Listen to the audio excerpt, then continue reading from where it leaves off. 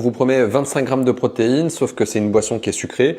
Vous avez dedans l'équivalent de 15 grammes de sucre, c'est-à-dire 2 à 3 morceaux de sucre. Et là encore, on a rajouté du sucralose, un faux sucre. Pour ce qui est de cette barre protéinée, on nous promet 15 grammes de protéines. Le problème, c'est que ça, c'est un produit qui est ultra transformé.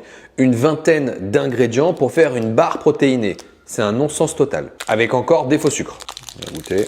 Sans commentaire. Alors que dans cette boîte de sardines, vous avez 24 grammes de protéines, soit autant que dans cette boisson. Donc mieux vaut consommer ça que ça.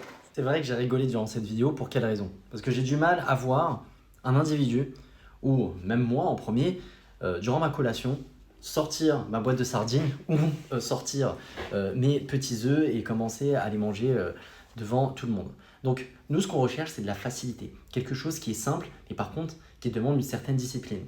Donc, pour réaliser une bonne collation, il faut déjà au préalable réaliser des bons repas qui présentent en fait ces collations-là. Donc un bon déjeuner et un bon petit déjeuner. Et dans ce déjeuner et petit déjeuner, il faut qu'il y ait assez de nutriments pour que votre collation soit efficace. Parce que si vous n'avez pas assez mangé de nutriments durant ces deux repas-là, et ben votre collation va se transformer en repas et vous n'aurez pas assez...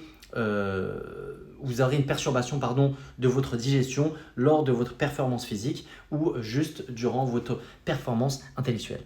C'est pour cette raison qu'il est hyper important de prendre en considération les repas qui précèdent pour comprendre pour quelles raisons vous avez un comportement à l'instant T.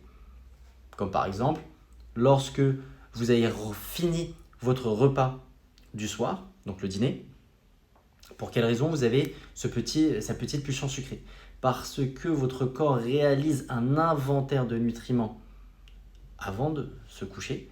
Il regarde s'il a assez de protéines, assez de lipides, assez de glucides et de vitamines minéraux. Et s'il lui manque quelque chose, il vous fait un appel de ghrelin, l'hormone de la faim, qui nécessite du coup des pulsions alimentaires. C'était votre diététicien nutritionniste, Garbi Yousri, et je vous dis à très vite.